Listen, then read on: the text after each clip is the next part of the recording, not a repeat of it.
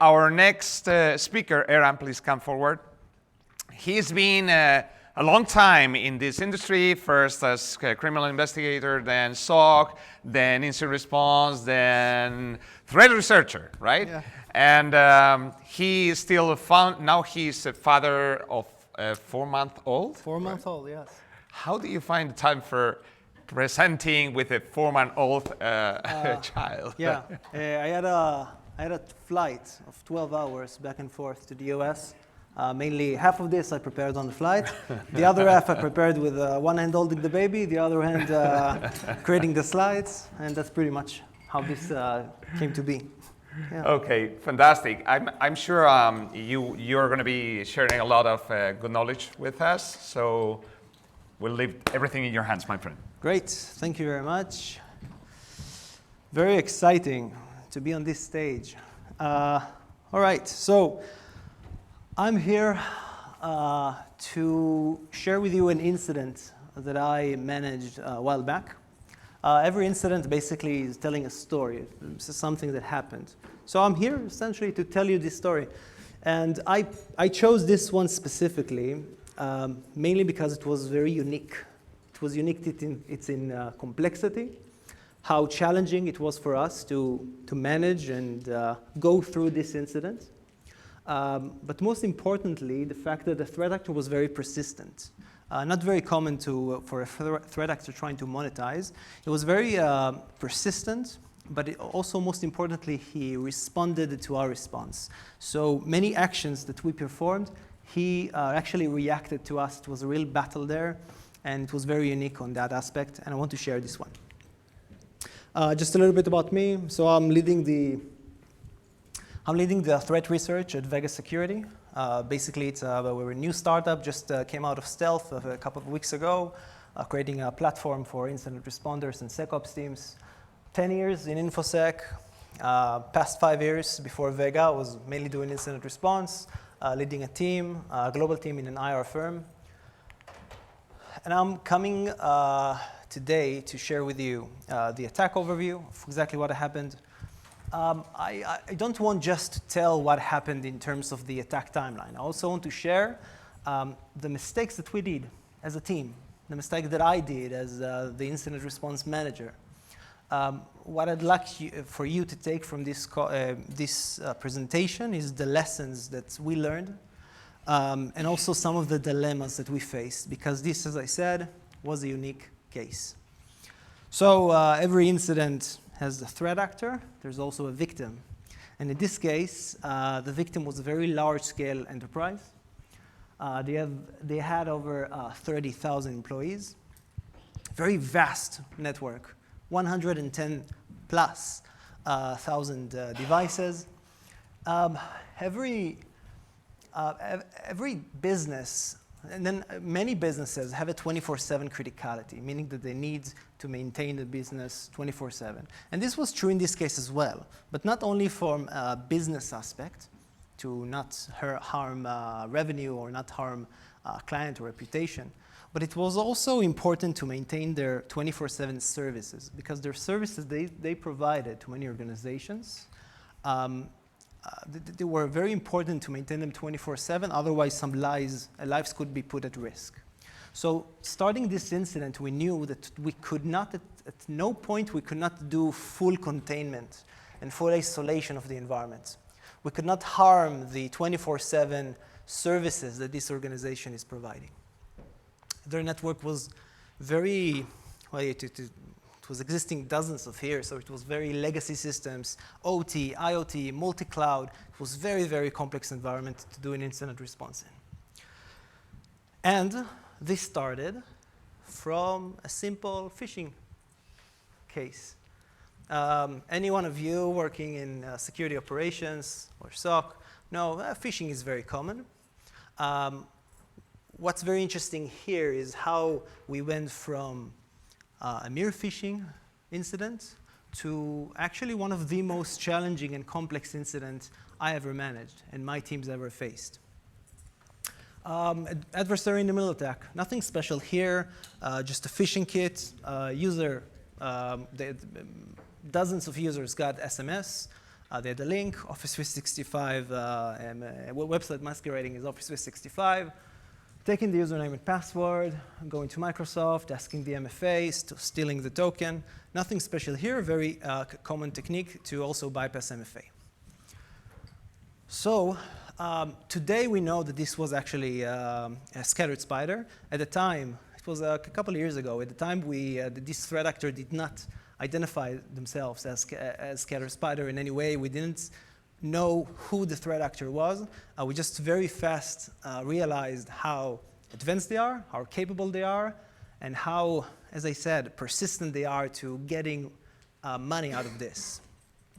They started from 3 users who fall into this phishing attack. So they had username, password, MFA. They had access to their Entra ID, Azure Office 365, but there was no real permissions. They were just basic users. So there wasn't a lot that they can do. But one thing that they could do is reach out to help desk. And for any of you familiar with Scatter Spider, they're really doing a lot of social engineering, and this is also what happened here. So they reach out to help desk, just saying, hey, help desk team, I need some help. Help desk team, how can I help? So George forgot his password, please reset it for him. George, in this case, was one of the global admins of the company.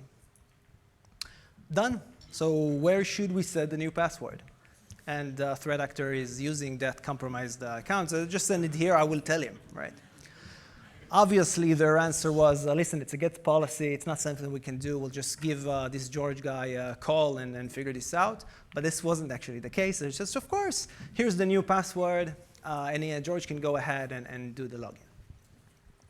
So within 2 hours of that SMS phishing attack, now the threat actor is a global admin of their entire Entra ID, Office 365, and Azure.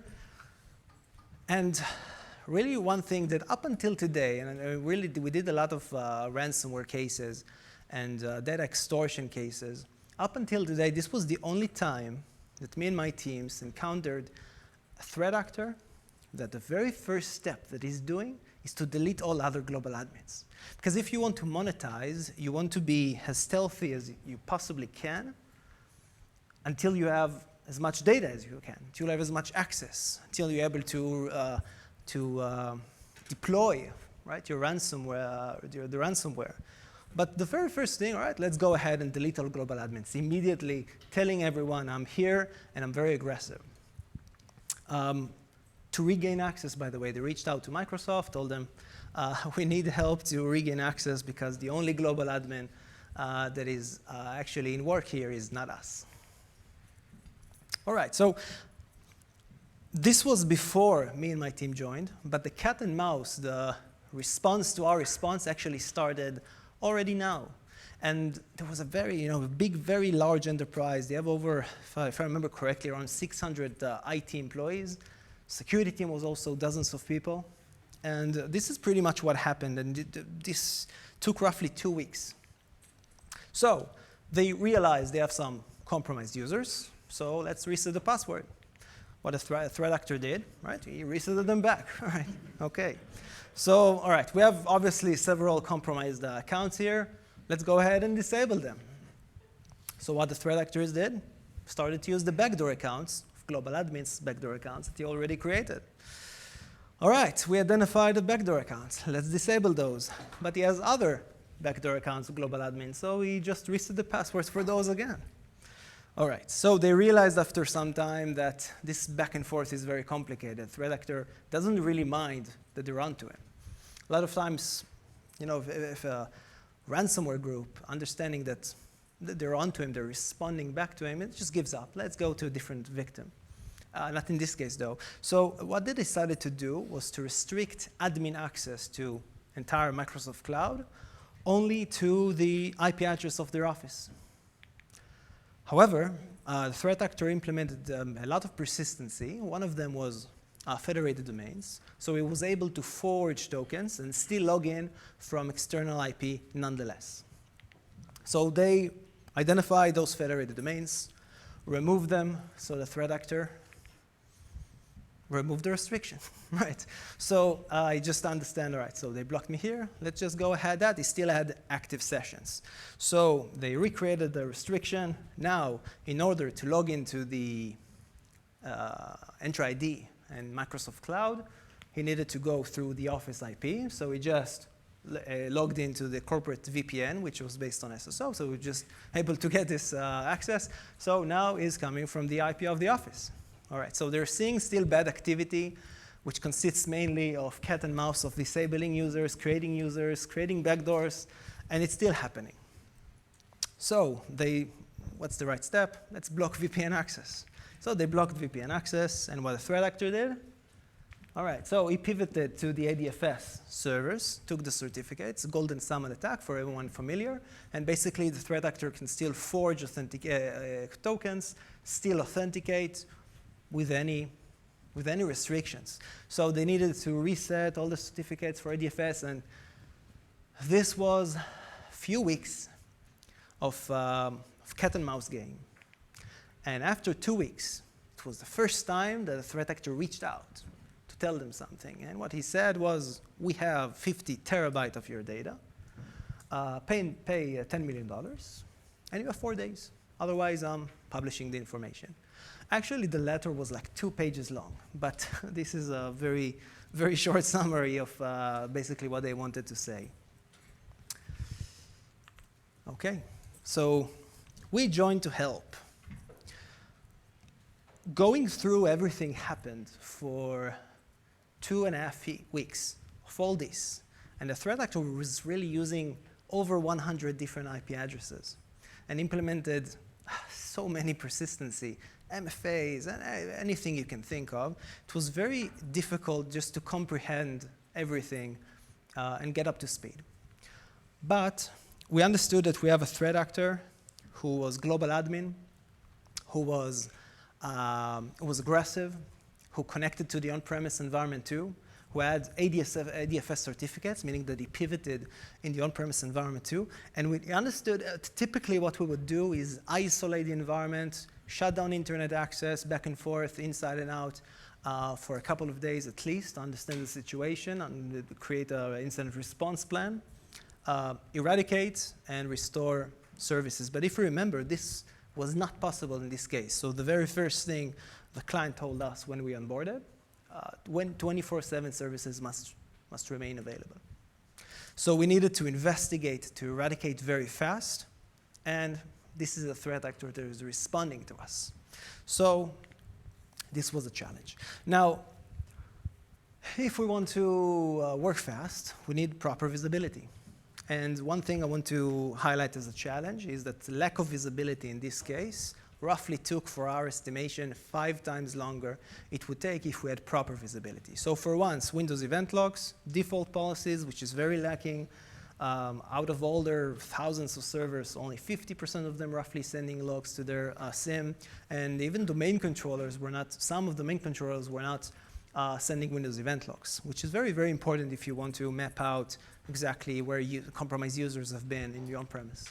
EDR also, there was a legacy EDR, very poor visibility there, less than 70% coverage. Again, not all domain controllers had the agent deployed.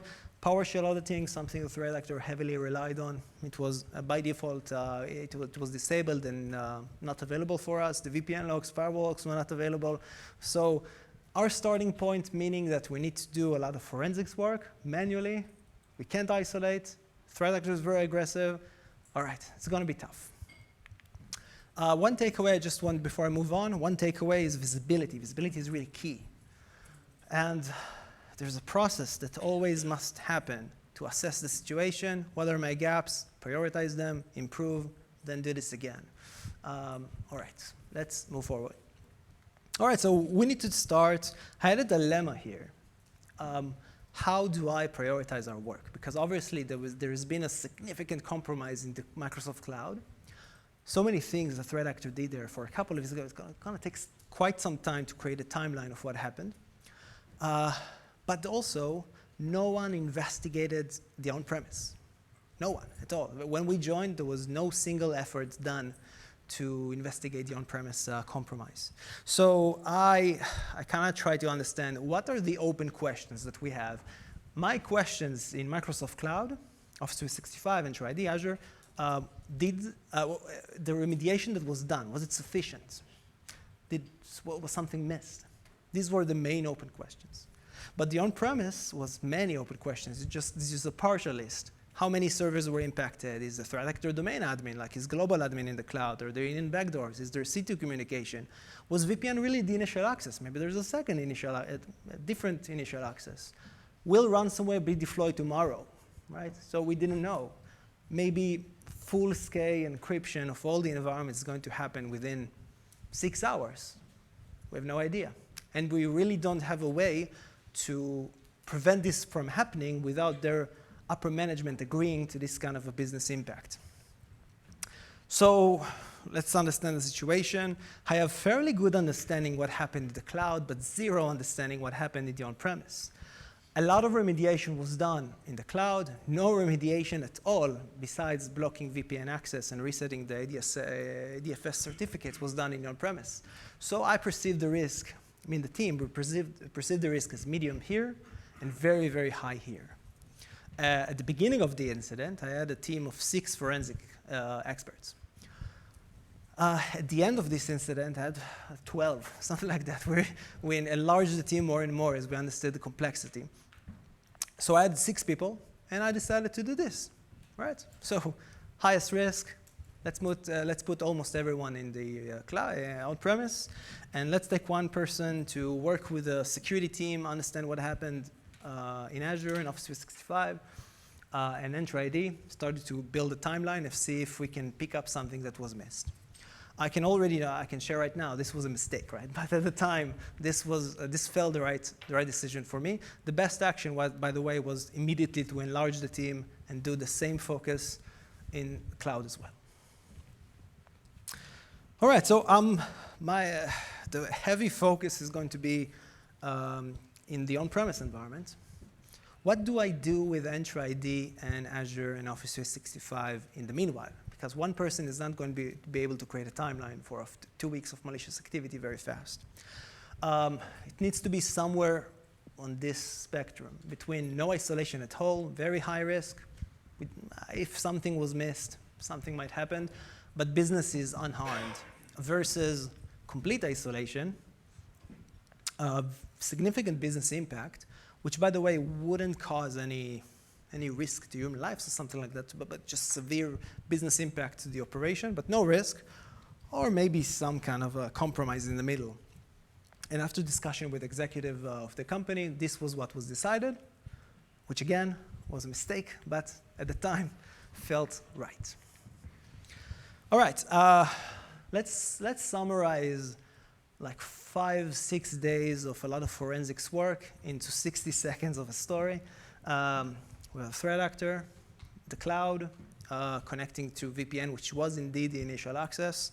By the way, he got the access to VPN just by scanning SharePoint, finding an Excel, something like all passwords of all company, and yeah, and also a PDF, how to log into VPN, and this was basically how the threat actor logged in. Right. The network was pretty flat, so just direct connection to vCenter, which knew the URL from the Excel, from SharePoint, logged in to vCenter with, again, from the Excel. So now he has access to vCenter.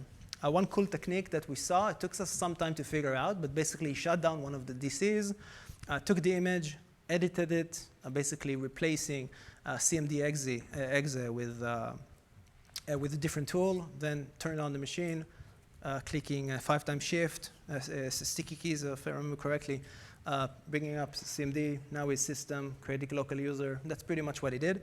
All right, so now he's domain admin, and he's directly on one of the domain controllers. RDP, go into ADFS servers, because this is basically what he wanted to do when he created this initial access to begin with, pivoting to second DC, C2 communication. This was one of the, this was very interesting finding on our part, but basically using GPO to deploy EDR on the devices, laptops, and desktops of IT admins and the security operations team. Basically, what my team saw is, listen, we have some GPO deploying EDR, which was curious to us because they already had EDR, but it was so chaos, we didn't realize at first that this is the threat actor doing this. But this is how the threat actor had persistency over those devices. He did a whole bunch of other things, but this acted as his C2. So 5 people, I think it was maybe 6 or 7 people working on this, and 1 person looking into cloud, because that was the decision that was made, right? Okay, so this took some time. Now, we were fairly confident in the findings at that point. Roughly 4 or 5 days has passed. Threat actor saying, listen, you need to pay or the price goes up. Tactical negotiation, what usually we do is we ask for a sample. We ask for a sample. It's showing the threat actor that we're interested. Maybe he's going to be less aggressive. We're buying time. And also, if he shares a sample with us, we might understand where this data was taken from. So there's only benefits to reach out to the threat actor, but they refuse to send samples. They're saying, I'm still stealing data as we speak, so why should I send samples? Talk later. We weren't sure if he's serious or not.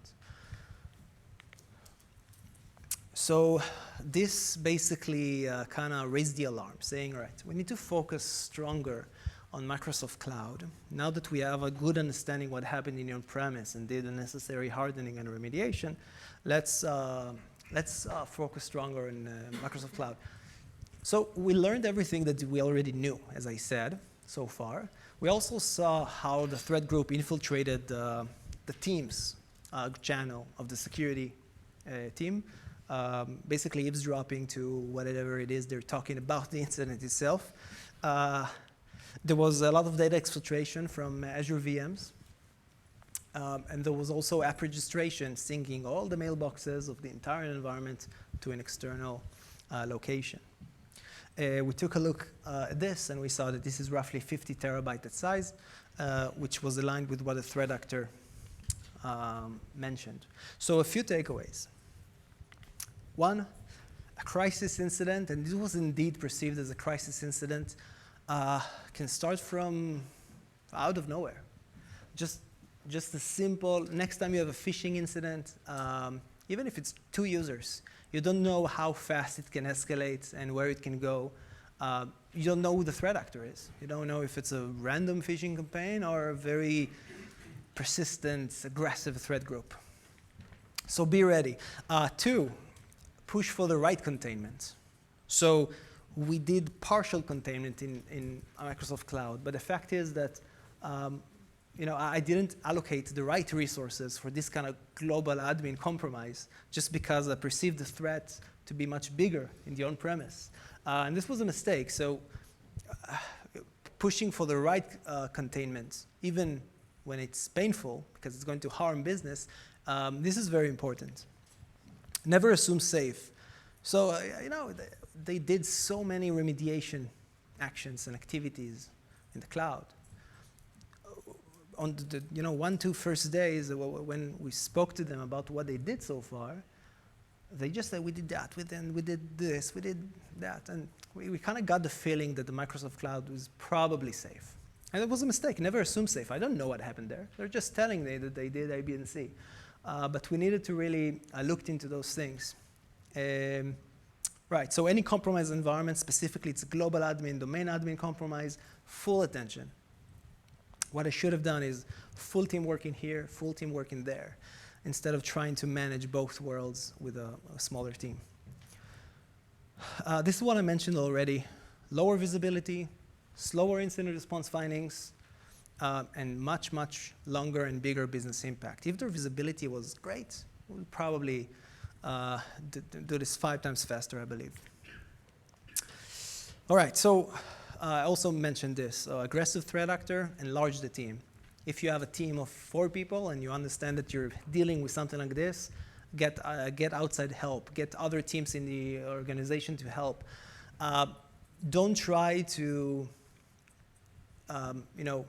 fight directly with this type of aggressive threat actor with just 2, 3, 4 people that you are. If you need to enlarge the team, do this as fast as you can. And one last thing is the out-of-band communication. So using Teams, using anything that is SSO-based or just within the organization itself has the risk of a threat actor eavesdropping. And this is exactly what happened here. So using a WhatsApp group, signal to a group, etc. You would think that this is the end of the incident, but actually we're roughly at the beginning. I will never have time in 30 minutes to capture everything, but threat actors still reaching out and saying, listen, I'm still stealing data, so talk later. You can pay $10 million and I'll stop. But in the meantime, I'm continuing to steal. We had fairly good confidence at that point. It's roughly 10 days into this incident since we joined, and we were fairly confident that the on-premise is secure. The Microsoft Cloud, now that we have proper focus for it, is secure. So what the threat actor is talking about, as far as we saw it, is bluffing. But we can't really ignore this, right? So let's try to understand what's going on. And I just want to take 2 steps backwards. We are, from our side, it was like 10, 12 people at this point, including myself. Their security team is like a few dozens people. A lot of chaos, very, very complex environment, as I mentioned. And they kept sending, they kept coming to us saying, listen, we have this suspicious EDR alert. You got to take a look at this. So we have this, someone reported SMS phishing email. A lot of distractions. We have a suspicious login to an internal finance tool that we have on premise, right? But then they, after some time, someone told us, listen, someone is using our AWS root user. Which our response was, oh, you're using AWS. Okay. Right. So our focus was so focused on the on-premise and Azure Cloud, and we're a very large team, and it was really, really chaos. And we did a mistake, you know, it's such a trivial mistake, and at the time I didn't think that this is something that me and my team can, specifically such a big team, I didn't think this is something that we could fall for, but such chaos, and we forgot to do organized mapping of the environment. Forgot to see what other risks might happen here. So an AWS surprise, basically what the threat actor did, once is global admin enter ID, right, on-premise, VPN, we talked about, everything in Office 365, and Azure, we talked about, SSO, AWS, persistency, IAM users, whole bunch of other things, stealing data from RDS, stealing data from S3 buckets, and a lot of fun stuff. So the story continues further. However, I'll need to summarize, and I'll just give a few more takeaways. So another one would be to follow the IR evidence, even if there are distractions, and there is a EDR alert, someone is reporting a phishing incident, you can't stop everything, and you can't stop the incident, stopping what you do and start to handling new things. You gotta follow the IR evidence. However, you also, I know it's contradicting, but you also gotta be proactive. You also gotta understand what can happen that I'm missing. And what we needed to do here in this case was to understand, right, so the threat actor has access. What platforms could he use SSO to pivot to? Very common technique, right? Pivot using SSO. So for IR readiness, for any one of you guys who are working in a security operations team within organizations, map in advance all SSO integrated systems and platforms and environments in advance to be ready. Understand what is the impact of a compromise in all forms of ways. And the more you know about the environment, the better you're going to be ready. Obviously, we as an external firm didn't know a lot about the environment, but as internal security teams, you should know as much as possible. So thank you very much. I appreciate it. Here's my LinkedIn. Anyone who wants to reach out, please feel free to connect with me. I'd love to talk. And also, as I mentioned, working in Vega, we're creating a platform for incident responders and solving a whole bunch of problems, which is why I was excited to join. Also, we just came out of stealth recently. Feel free to also check our website. Happy to also discuss this as well. There's 1 minute, so maybe I can have time for a question or two. Yeah. keep it turning. Yeah, I can